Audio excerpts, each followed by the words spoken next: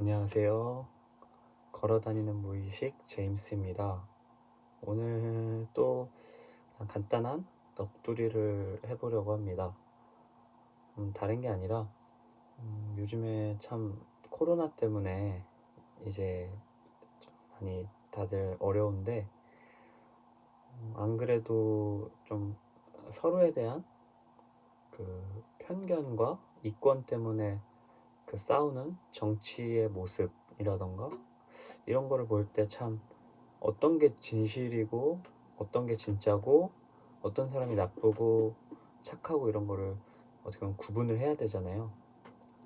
그래서 이런 것에 이런 복잡한 생각에 의해서 좀 넋두리를 하게 되었습니다. 뭐 저는 다른 게 아니라 저는 그냥 20대 평범한 남성이고 그 다음에 그냥 취업을 준비하는 그런 사람입니다. 근데 이제 요즘엔 남녀 갈등이 너무나도 심하잖아요. 근데 그런 거를 보면은 왜 젊은 남녀가 서로 만나서 이제 뭐 사랑을 하기도 하고 때로는 친구로 지내기도 하고 이러기도 바쁜데 왜 서로를 물고 뜯고 헐뜯고 그러는가 이러는 생각을 하게 됐습니다. 사실상 그런 것 같아요. 소수의 집단이 다수를 대표하고 있다. 그러니까 소수의 집단, 부정적인 집단이 지금 다수를 대표하고 있는 것 같아요. 남성은 뭐 일간 베스트 하시는 분들, 그리고 여성분들 같은 경우에는 뭐 페미니스트들 분들께서 일부 극단적인 분들의 부정적인 이미지 때문에 다수가 욕을 먹는다라는 생각을 해요. 제가 이제 연구실에 들어갔을 때도 들어가자마자 제가 20대 남성이라는 이유만으로 일배를 하냐, 그리고 정치 색깔이 이제 보수냐 이런 식으로 이야기를 많이 들었어요. 근데 저는 관심 없는 건 아닌데 항상 중립적으로 이렇게 생각을 하려고 하지만 어, 자꾸 저에게 부정적으로 얘기를 하고 계속 그래가지고 좀 그렇더라고요. 저는 좌파도 아니고 우파도 아니고 나에게 맞고 그런 좋은 정책들을 내주시는 분들을 이제 뽑고 그분들을 공감하는 편인데 뭐 대다수의 사람들이 그런 것 같아요. 하지만 뭐 일부 저기 사람들 때문에 좀 그거죠. 서로 욕을 하게 되죠. 그리고 여성분들 같은 경우에도 일부 이제 그 여성 인권을 위해서 일하시는 분들이라고 해서 그렇게 목소리를 내시는 분들이 계신데 근데 일부 남성을 이제 혐오하고 좀 비난하고 그러는 분들 때문에 그 여성분들 다수가 다 욕을 먹는 거 아닌가. 그래서 20대 여성 뭐 살이 찌기만 해도 페미니스트다 이런 프레임으로 좀 바라보지 않는가 라는 생각을 하게 됩니다. 그래서 이러한 문제점을 들고서는 우리가 좀 반성을 해야 될 것 같아요. 다른 게 아니라 만약에 20대 청년들을 생각한다면 여성을 욕하고 여성을 억압하고 그 다음에 뭐 저기 뭐냐 일배를 하고 정치적으로는 뭐 꼴통 보수다 이런 식으로 바라보는 것이 아니라 20대 젊은 층에서도 좋은 분들 많잖아요. 손흥민 선수라던가 뭐 방탄소년단이라던가 어떻게 보면은 그 20대 청년들을 똑같은 대한민국 환경에서 20대를 똑같이 겪었지만 그들의 능력을 세계로 마음껏 뽐냈다는 거죠. 그만큼 20대라는 그 청년들 자체가 그 여러분들의 20대였고 다른 사람들의 20대였고 앞으로 누구나 다 20대가 될 그런 꿈을 갖고 잠재력을 갖고 있는 그런 나이이고 일반적으로 그들을 이렇다라고 좀 프레임에 가둬서 좀 욕을 하는 것은 좀 옳지 못하다라고 생각해요. 저 같은 경우에도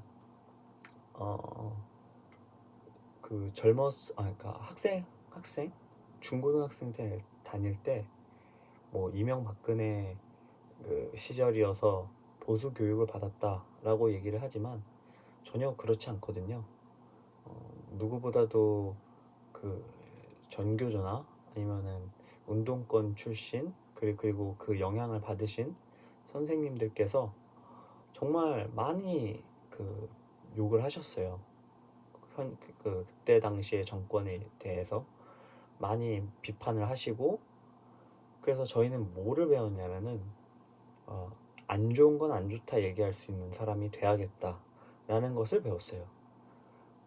그래서 지금 현 정권에 들어서 때로는 그 청년들이 봤을 때 자괴감이 들 만한 일들이 있어서 거기서 비판하고 비난하는 목소리를 내는 거예요.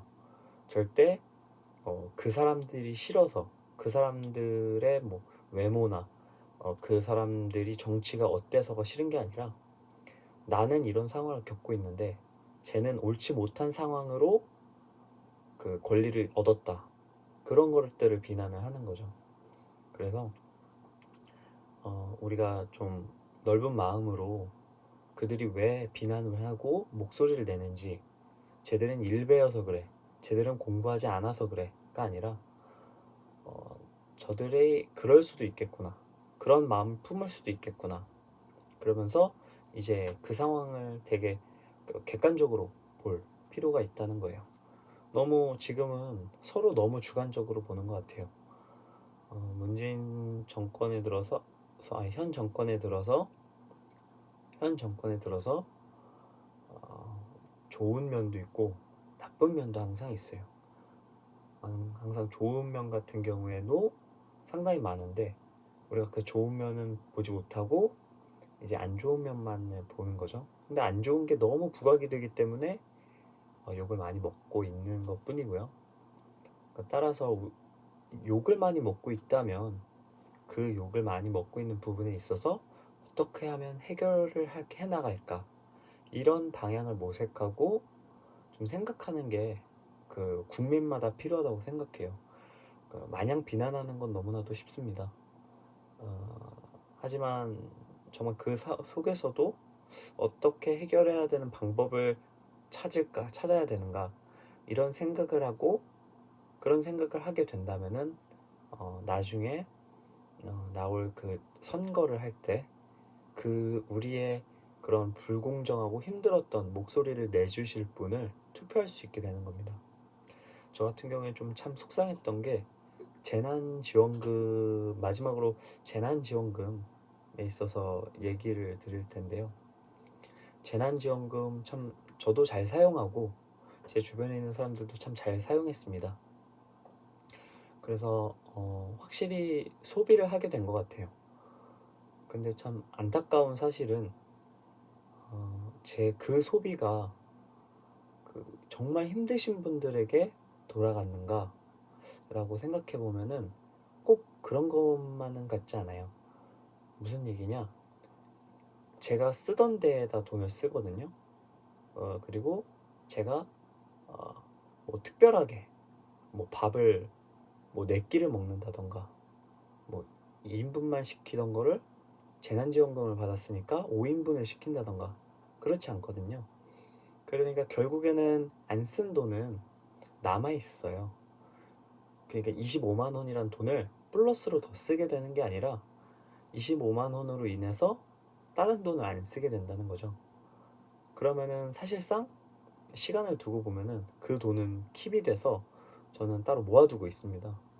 그런 단점이 있더라고요. 그런 면에서 그 재난지원금을 조금 맨 처음에 조금 어렵더라도 그 자영업자들한테 선별 지원을 해서 그때만이라도 견딜 수 있게 좀 버틸 수 있게 지원을 해주면 좋지 않을까라는 생각이 들어요. 이게 근데 참 그 면에서도 어려운 게 그 자영업자분들 중에서도 장사가 잘 되시는 분들도 많거든요.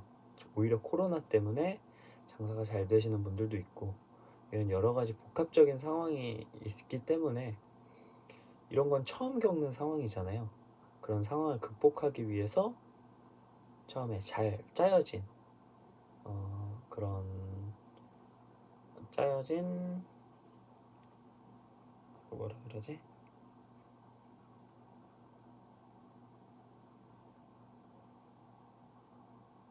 짜여진 그런 상황이 있어야 되지 않을까 이런 생각을 하게 되었습니다. 그래서 우리가 결론은 이제 우리가 서로를 바라볼 때 특정 집단으로 그리고 부정적인 면으로 그들을 바라보는 것이 아니라 그 사람이 어떤 사람인지 서로 대화하고 좀 알아가면서 그를 판단했으면 좋겠고요. 그리고 이런 판단의 기준이 정권이나 정치, 경제 이런 부분에서도 진행이 돼서 우리가 앞으로 뭐 선거를 하거나 소비를 하거나 어떤 정책에 있어서 판단을 할 때 좀 목소리를 낼 수 있는 그런 사람들이 됐으면 좋겠습니다. 감사합니다.